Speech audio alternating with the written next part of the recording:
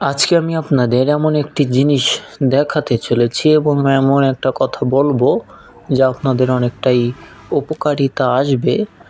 তো আমি এই মুরগিটাকে দেখতে পাচ্ছেন, এটি হলো আমার বাড়িতে দেশি মুরগি যাকে বলে। আমি একে 12টা ডিম দিয়ে বসিয়ে দিয়েছিলাম। প্রায় 22 দিন হয়ে গেল, আজকে 22 দিন পর। তো আমি সম্ভবত ডিম কিন্তু উল্টা দেওয়ার প্রশ্ন হয় না, মুরগিরা উল্টে দিতে পারে। আজ দেখছেন আপনার কিন্তু অলরেডি ছাউ উঠে গিয়েছে। তো কয়টা ছাউ উঠলো আর কয়টা উঠলো না তা এই ভিডিওতে আপনারা জানতে পারবেন। তো এই যে দেখতে আমি কিন্তু ভাঙা খোলগুলি আলাদা করছি। তো আলাদা করার পর আমি আপনাদের এমন একটি জিনিস জানাবো যে আপনাদের অনেকটাই হেল্প করবে এই ডিমের ক্ষেত্রে। আমি সম্ভবত ডিম দেখে ডিম পরীক্ষা করে এখানে দেইনি, অমনি 12টা তুলে দিয়েছিলাম। তো 12টার ভিতরে কয়টি উঠলো আপনাদের আমি জানাচ্ছি। তো এই ভাঙাগুলি আমি আলাদা করে তারপর এই আমানগুলো আলাদা করে আপনাদের দেখাবো যে আমি কয়টা তুলতে পেরেছি এ যাবৎ। তো এই যে দেখতে পাচ্ছেন অলরেডি দেখা যাচ্ছে যে 5টি ছাউ রয়েছে, এখানে বাচ্চা রয়েছে 5টি। তো একটি অনেকটাই সুন্দর হয়েছে, যে সাদা হয়েছে একটি। তো সেই হিসেবে আমি সাদাটা অনেকটাই পছন্দ করছি। আর এই যে বারে বারে দেখতে পাচ্ছেন যে আমার মুরগিটা বারে বারে এখানে আসছে, কারণ এই মুরগিটা মা হয়েছে একদম নতুন। আর এই বাচ্চাগুলো যে দেখতে পাচ্ছেন, এটি কিন্তু অসাধারণ একটি সুন্দর দৃশ্য। তো এই বাচ্চাগুলো আমার কাছে অনেকটাই ভালো লাগে। আপনাদের কাছে কেমন লাগে আমাকে কমেন্টে জানিয়ে দিতে পারেন। তো এই বাচ্চা অনেকটাই সুস্থ এবং অনেকটাই হ্যাপি প্রকৃতির হয়েছে, এটি অনেকটাই সুস্থ রয়েছে এখন। তো এদেরকে অনেকটাই এখন পুষ্টির দরকার রয়েছে। আপনাদের স্টেপ বাই স্টেপ আমি জানিয়ে দেব যে এখন আপনারা কি এই মুরগিকে খাওয়াতে পারেন ছোট অবস্থায়, একদম জিরো অবস্থায়, যখন তারা খাদ্য এখনও খাওয়া শিখেনি।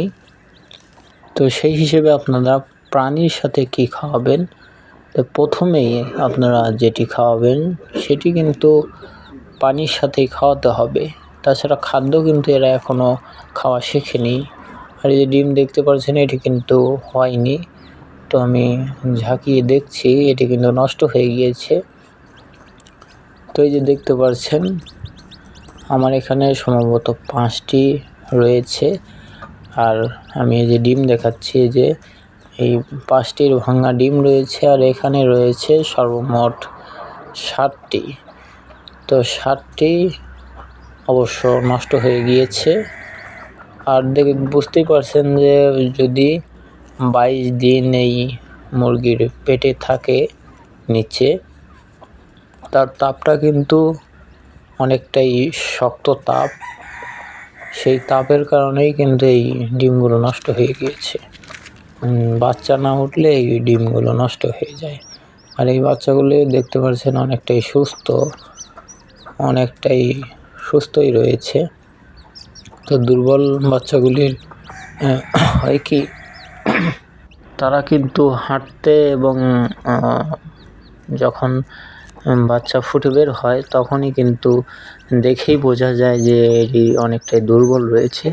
কিন্তু আমার এখানে কিন্তু এই বাচ্চাগুলি যে দেখতে পাচ্ছেন, এটি কিন্তু একদম সুস্থ অবস্থায় এখন রয়েছে।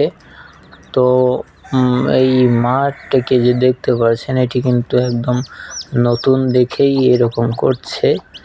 তো আশা করি যে অনেকটাই সুস্থ হবে এবং অনেকটাই সুস্থ থাকবে এবং বড় হতে থাকবে ধীরে ধীরে। তো আপনাদের আমি স্টেপ বাই স্টেপ এই বাচ্চা যে বড় হওয়ার ক্ষেত্রটা সেটি কিন্তু আপনাদের আমি দিনে দিনে দেখাবো। আমার এই চ্যানেলের সাথেই থাকবেন। তো এটি কিন্তু অনেকটাই গুরুত্বপূর্ণ একটি কথা বলবো এখন। তো এই ছোটো বাচ্চাকে আপনারা কি খাওয়াবেন? পানির সাথে 1 চামচ যে রয়েছে ওষুধটা, সেটি কিন্তু আপনাদের আমি পরে বলছি। 1 চামচ আপনারা লেবুর রস খাওয়াবেন ওই পানির সাথে মিক্স করে। প্রথম অবস্থায় লেবুর রস খাওয়ালে আপনাদের ভালো হবে। আর যদি আপনারা ওষুধ বলতে চান যে না আমরা ওষুধই খাওয়াতে চাই ভিটামিন, তাহলে আপনারা থায়ামিন খাওয়াতে পারেন। থায়ামিন আর লাইসোভিট এই দুইটি যদি আপনারা খাওয়ান তাহলে কিন্তু অনেকটাই ভালো হবে। আর এই ডিমগুলো যে দেখতে পাচ্ছেন এগুলো কিন্তু এখন আমি ফেলে দেবো। তো এই বাচ্চাগুলি অনেকটাই এখন সুস্থ রয়েছে।